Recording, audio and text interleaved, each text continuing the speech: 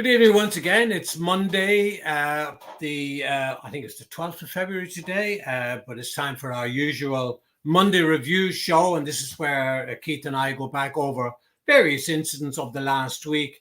And we'll also look forward to possibly some ways of improving the game in the future with different law changes and changes to the law, and et cetera, et cetera.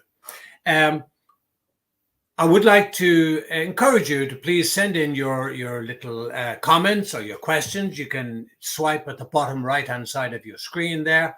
Send in your comments if you want to ask a question, but at all times, please be very mindful of how you word things and be courteous, not only at the show, but particularly to my regular guest, Keith Hackett.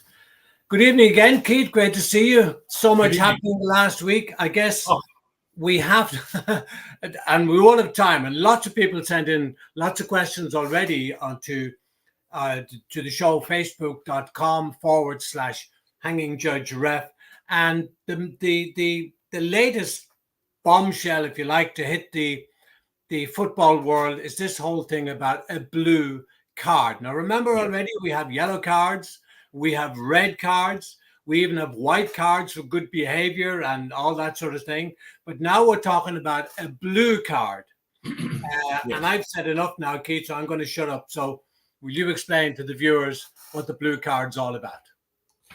Well, let us first of all say that in England, at grassroots level, we operate sin bins.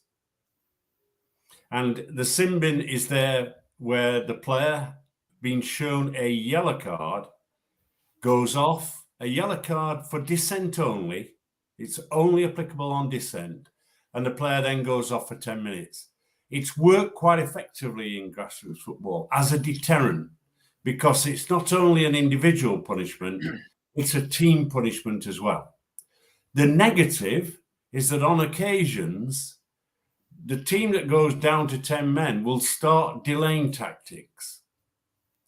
There is the other side, that there has been one or two occasions where referees have been reluctant to give a sin bin punishment because a little bit of fear, but they shouldn't have that fear. It's about authority. So the IFAB, they've pulled back a little bit from the start of the week, because the announcement that was made to the Daily Telegraph, a paper that I regularly write for, they announced that a blue card sin bin would come into operation, or certainly they were reviewing it under an experimental basis. The blue card would be applicable for dissent and what they term cynical fouls. I interpret cynical fouls as those where a foul takes place and stops a promising attack. Simple as that. Now we get to the process in the grassroots. Sometimes when you're watching a game and the referee issues a yellow card for dissent and a sin bin, the clarity is only there for the spectator, limited number that they are, when the referee points to the halfway line, or should I say near the technical area, and says you're off for 10 minutes. The referee then has to manage that. In the scenario in the professional game, they've talked about this 10-minute sin bin. But of course, I want to point out that the blue card is the same as a yellow card. I.e., if you've got a blue card and a yellow card in a game, you're off. If you get a blue card and a blue card, two of them, you're off. Okay, just to get clarity on that, Keith, and I understand that's fairly straight. But does the blue card only come in after a yellow card, not before? No. If a player shows dissent and the referee deems that punishable with a blue card and sin bin, then that applies. Right. It goes off. So then he comes back on. He's got to be careful, because he's effectively on a yellow card by getting the blue card. Right. Because the next card, regardless of the color, is off. Yes. Yeah. And of Okay. course, the other thing here, just to mention, is if it's the goalkeeper that gets a blue card, Yeah. the team is left with 10 men. It remains 10 men. Yeah. Out of those that are on the field, you've got to get one of those players to become the goalkeeper. To goal. Yeah, they can't bring. Well, they could bring on a substitute, but then They can somebody else would sub, have to go off. but he's off. So Yeah. that's substitution. So the furore was amazing. I mean, I was on various media broadcasts trying to clarify what the thinking is. The playing side of the game and the management side of the game were in uproar. I don't think I've ever heard across the media and across football generally and such a negative reaction. The Premier League itself has said not for us. So they've come out at this moment in time saying not for us. And then later in the week, IFAB decided that they'd draw in a bit and say, look, this is going to the AGM, which of course takes place in March. So it could well be it's either buried or it actually goes as an experiment into a smaller country. But let me make one point, because what we have seen is that we are seeing, and I think that IFAB and the game as a whole are right to say there is too much surrounding of the referee. There's too much dissent going on in the game. Yeah. Now, you've also got to recognise that the Premier League at the beginning of the season, Howard Webb, with the full agreement of the PFA, the LMA, and the Premier League, made it very clear that there would be an effect. He didn't use the word clampdown, but that's what it implied. There would be a clampdown in dissent. And I think there has been an increase of yellow cards being issued for dissent, but not enough. You know, we're still getting dissent. But the first port of call is this: to referees that listen into this show, you have to manage dissent. And if you allow it in the first instance, it will grow. And you have to stop it. So, and the only way you stop it is to be firm. Say to the player that you're not accepting dissent. And on that first sign, if there's no response, yellow card. Yeah. Bring the captain in and tell him. Do you remember a referee way back? Sorry, Kate. Do you remember a referee way back in the 70s? Would it be David Smith? Would that be right? David Smith and Peter Willis were two referees. I know exactly what you're going to say. The wall started arguing, about 4 or 5 of them, and the yellow card was given to everyone. Yeah, and there was another incident with David Smith, and he Yes. booked a player in the first 2 or 3 minutes. And people say, oh, too soon, too soon, too soon. Never too soon. First minute or the last minute makes no difference, because what appears to be the case is that, and somebody said it to me only the other day, it looks like the referees are saving all their yellow cards for the last 20 minutes. Well, they are. Why weren't they giving them earlier when they were needed and deserved? So, yeah. So there's no time, no right time or wrong time to issue cards. No, I think that referees have to be consistent. You know, I was always coached by many referees to say, look, how you effectively manage the first 20 minutes of a game sends out the message to the rest of the players. And you know, we try to be consistent over the 90 minutes. I can remember when I was boss of the PGMOL, the goalkeeper, Kevin Pressman of Sheffield Wednesday, committed a denial of an obvious goal-scoring opportunity. Referee Mark Halsey sent the player off 12 seconds into the game. Wow. Well done. Well done, Mark. So, you know, a lot of people, sometimes I talk a lot to Mark, a lot think he was liberal in his approach to the game. He wasn't. He applied the laws. He was very proactive in talking to players and getting players on side. But he did that with a degree of firmness. So on the blue card, Keith, are you in favour or against? I think that I'm at this moment in time sitting on the fence a bit, and the reason I'm sitting on the fence is because I want the current yellow card being operated in the way it should be operated, without the complication of a blue card. I mean, in the week, I got into the debate as, where do the cards exist? And I said, look, I used to have the yellow card in my right-hand pocket as though it was a gun in a holster. I could go in quickly and get it out. I didn't fumble. The red card, I needed a little bit more thinking time. So it was in my top breast pocket with a button or a piece of Velcro. And that all action gave me that opportunity of a few seconds of thinking time saying, are you correct in dismissing this player? Yeah, and that was I went the other way. I had the yellow card in the top pocket and the red card in my back pocket of my trousers. Yes. So they knew when it was going to my back pocket, they knew what was coming.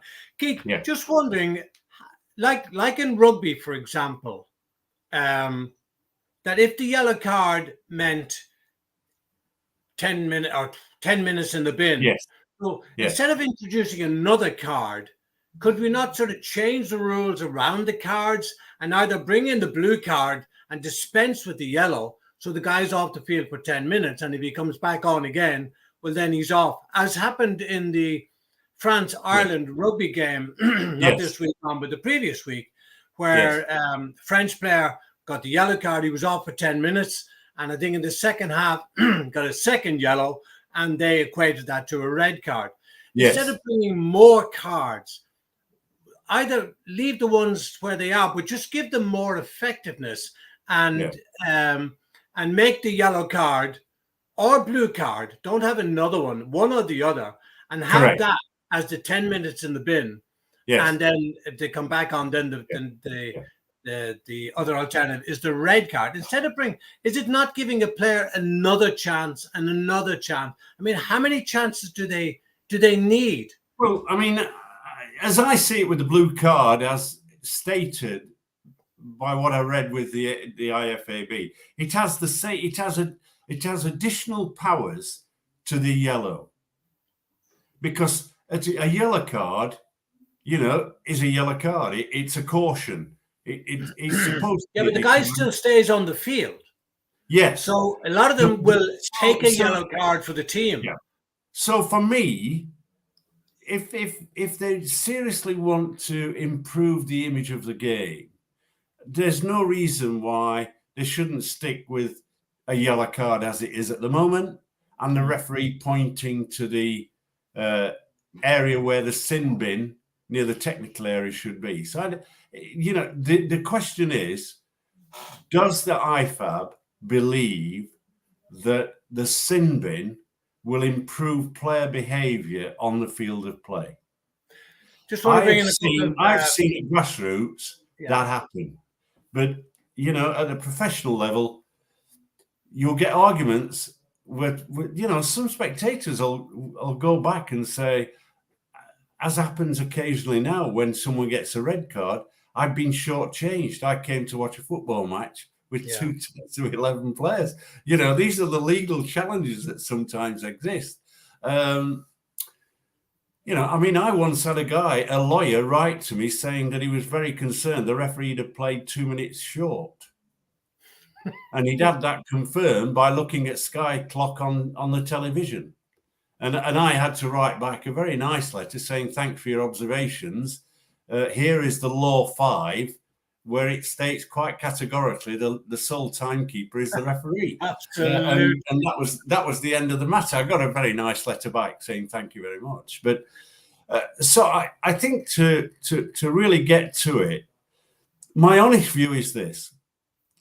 I do believe that the IFAB would be better spent their time trying to improve the handball law to gain a greater consistency of its application and a greater understanding of what handball is, because natural position against deliberate handball is in conflict at the moment. We'll come to that in a moment because there's a couple of penalty incidents there. Just getting some comments here. I'll put them on. Aparap Chakrabarti says, so much to learn from this conversation. Thank you, Aparap. I hope I'm pronouncing the name. Forgive me if I'm not. Thank you very much. Brian Wexler is here as well, and he said, if it works in rugby, why can't it work in football? And he has another comment here that says, the reason I also agree with a blue card is when a player prevents a breakaway, with a yellow card, he stays on the field. Now, that's exactly what I was saying. And you say, Brian, a little bit further, that's my point, because I was saying the guy stays on the field. And really what they say, he took one for the team. Correct. And that's why I think the blue card, instead of a yellow, replace the yellow with the blue. And guys would be a lot more wary if they think that they're going to be off the field for 10 minutes. And the teams and the managers will be a lot more wary if they think they're going to be down to 10 men for 10 minutes. But you also made the point, Keith, that might encourage them to play negatively. Well, is that a Jose Mourinho thing, that park the bus, that sort of thing? The referee's got the time, so therefore he can add it on. I would actually add one other offence to this blue card scenario. I agree entirely with what's just been said. With the cynical foul, that foul that stops a promising attack, one for the team, a yellow card almost is insufficient punishment. It's not a deterrent in that situation. In the same way, I would add simulation. I would add simulation and feigning of injury. So I'm adding to the shopping list of a blue card for future debate at IFAB, because what we're actually saying here is that the yellow card in the modern game is insufficient punishment for the offences that are taking place. It's lost its power. It's lost its power because in the Premier League, there's a totting up process before a player gets a suspension. It might be 3 cards. It might even now run at 5. In Europe, I have to tell you, when I refereed in UEFA games and I issued a yellow card, it was a massive deterrent, because the next yellow in the next game that he received would be a suspension. 2 yellow cards in Europe, you're out of the next game. So I think this whole question of the value of a card, is it acting as a deterrent? The yellow card at the moment, I would suggest, is not getting that player to think for one moment he's got to not do that again. He continues to do it.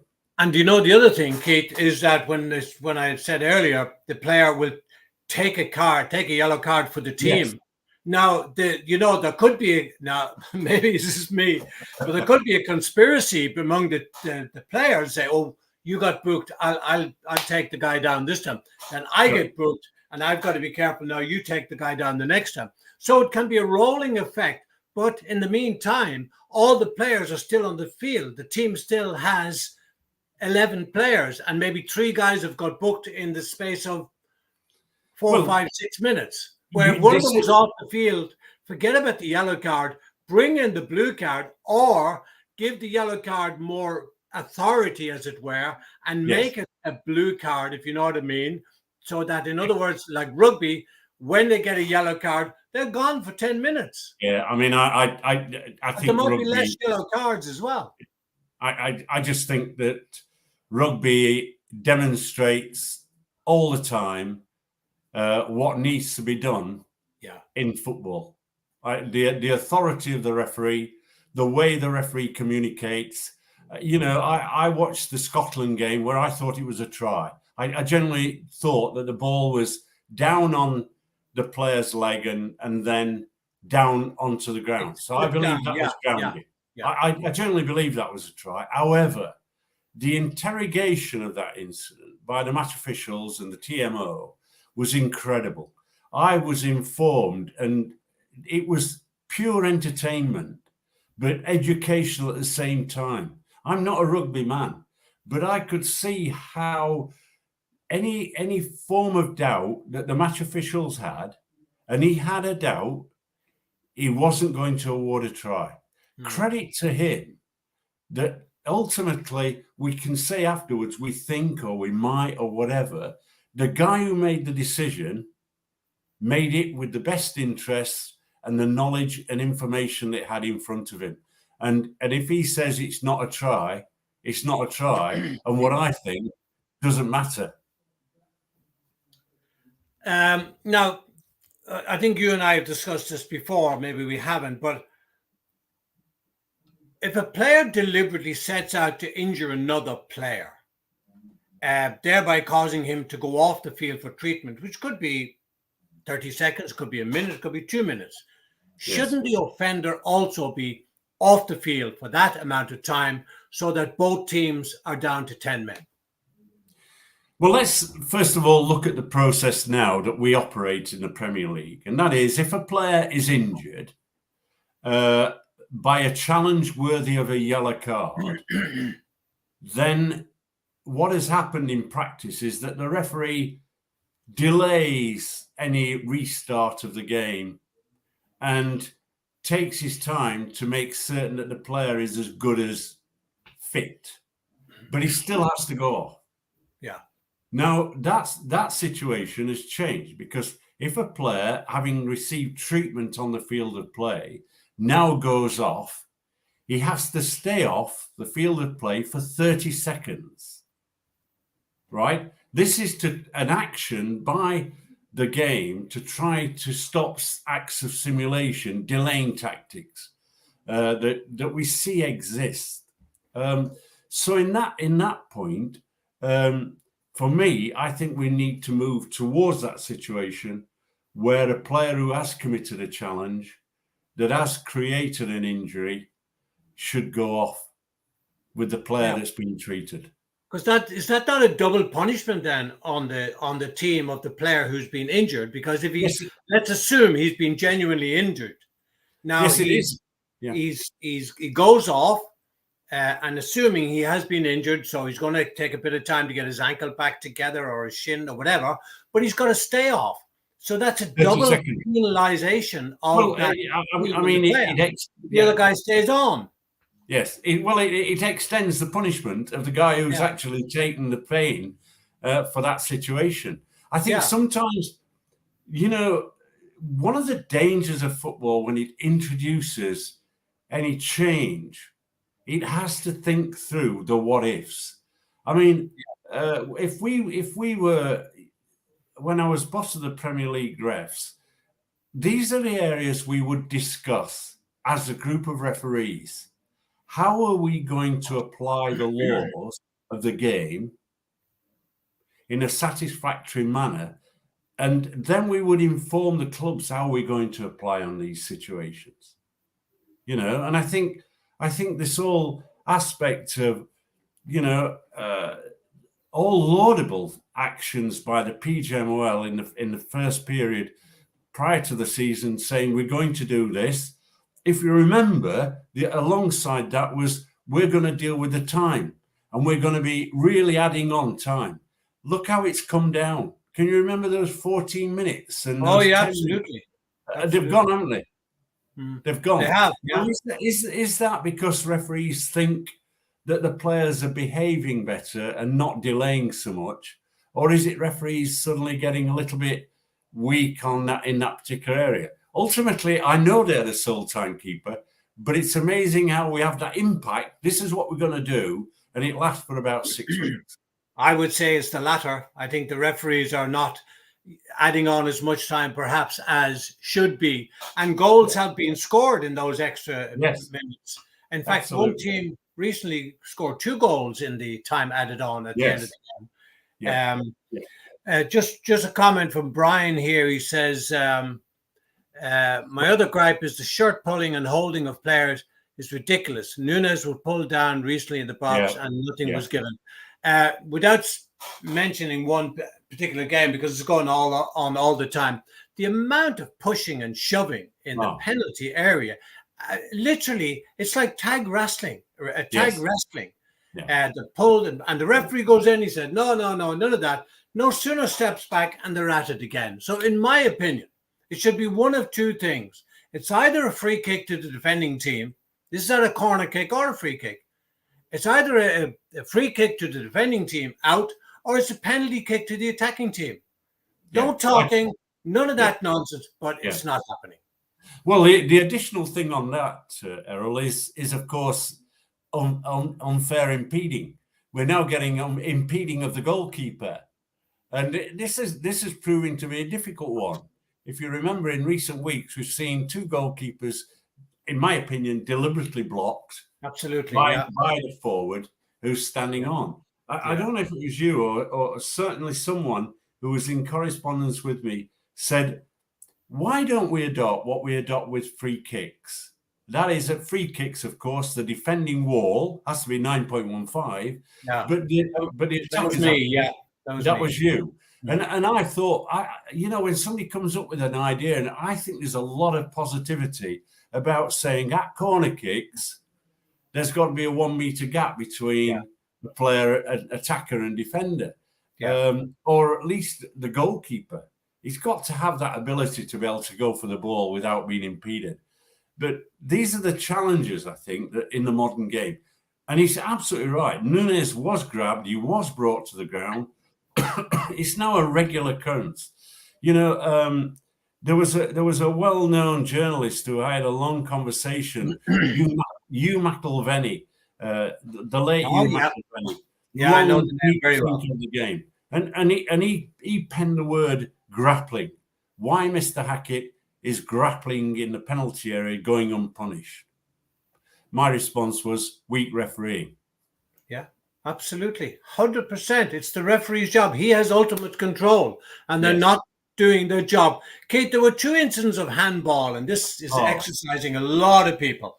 I think there was one in the Luton Sheffield United game, but the one in the Nottingham Forest, Sheffield United, but the one in the Nottingham Forest Newcastle game, and I put a clip up on Facebook about it, where the Forest player was going through, and the keeper, where he went for the ball initially, missed it, but then raised his arm so that the Forest player tripped over him. It wasn't deliberate. Yes. And people said, he left his leg hanging. Absolutely not. Should have been a penalty. And the thing is, they reviewed that on VAR and still decided that it wasn't a penalty. What in heaven's name is going on? Well, I think that we've got to try to condition. We can educate and we can coach referees. We can also involve the services of a sports psychologist at the professional level. And what we need to do is we need to say, look, VAR is a support mechanism, and therefore the referee is the sole decision maker. And therefore, I think the VAR should be able to say, look, I think you should have a look at this, which he did. Now, because he thinks it's a penalty kick, a penalty. Now, in those situations, what we want is the referee, if he feels he's got it wrong, to change, or if he feels he's right, then he's got to go with it. This was a penalty kick. There were two very experienced referees, Anthony Taylor in the middle and Paul Tierney, I think, was VAR, and they come out of that on what was a very clear penalty kick. But I guess this is part of the percentage that they say they get right, but they didn't. They got it wrong. It was a penalty kick, 100%. Because they came out, I heard the other day, VAR decisions this year have been 95% correct. I don't think so. No, I don't. I think there are lots of decisions that referees make that are subjective. And it's got to be that way because they are judge and jury. There's no other way. But let's run through those that are the ones that they've put in the bin because it suits them, where you and I are saying that's a penalty kick and they're not. I mean, look, this weekend, they're justifying 2 handball penalty kick decisions. They're justifying those as being accurate. In my opinion, if you look at the law and on handling offences, it says deliberately touches the ball with their hand and arm. And in neither case, these were players whose arm was, in my opinion, in a natural position. The ball did strike the arm, right? And I could not see how they could say that those were penalty kicks. Now, the lawmakers have really got to think again about the handball law and work to simplify it so that everybody understands. I think that in trying to justify every action, they've actually overcomplicated it and make handball law more difficult for referees in particular. And I know we we seem to be criticizing the referees, but I just want to repeat something I say all the time. We don't criticize referees for what they're doing. We criticize them for what they're not doing. And really, yes, some of them are not doing their job. But one young man who's new to the Premier League, Sam Barrett, in the Spurs and Brighton game, had a very good game. This is a young referee that's come through. He's absolutely shot through onto the top level of the game. I've watched him now on 3 or 4 games closely. His movement around the field of play is excellent. He takes up some super positions. He's positive with his decisions. And at the weekend, that penalty kick left no one in any doubt that it was a penalty kick. His entire body language was positive. His point to the penalty mark, the award was accurate, but it was more than that. His proactive approach. He was in charge. He was in control. So if we look at refereeing, we talk about being in control, being consistent with application of law, good communication, and confidence. And this guy, in my opinion, looks confident, behaves in a confident manner. Good luck to him, because I think he's the future. Well, let's hope he gets the opportunities from the people who appoint the referees to the Premier League. Keith, as always, many, many thanks for coming on the show. So much to talk about. I'm sure we'll have more to talk about next week. Thanks also to Aparup. I know I hope I'm pronouncing the name correctly. You're in India, so it's quite late in the evening over there. And to Brian and to all the others who sent in comments. We'll do it all again next week. Thank you very much for viewing. And thank you, Keith, for coming on the show. Good night. Thank you. Bye. Bye.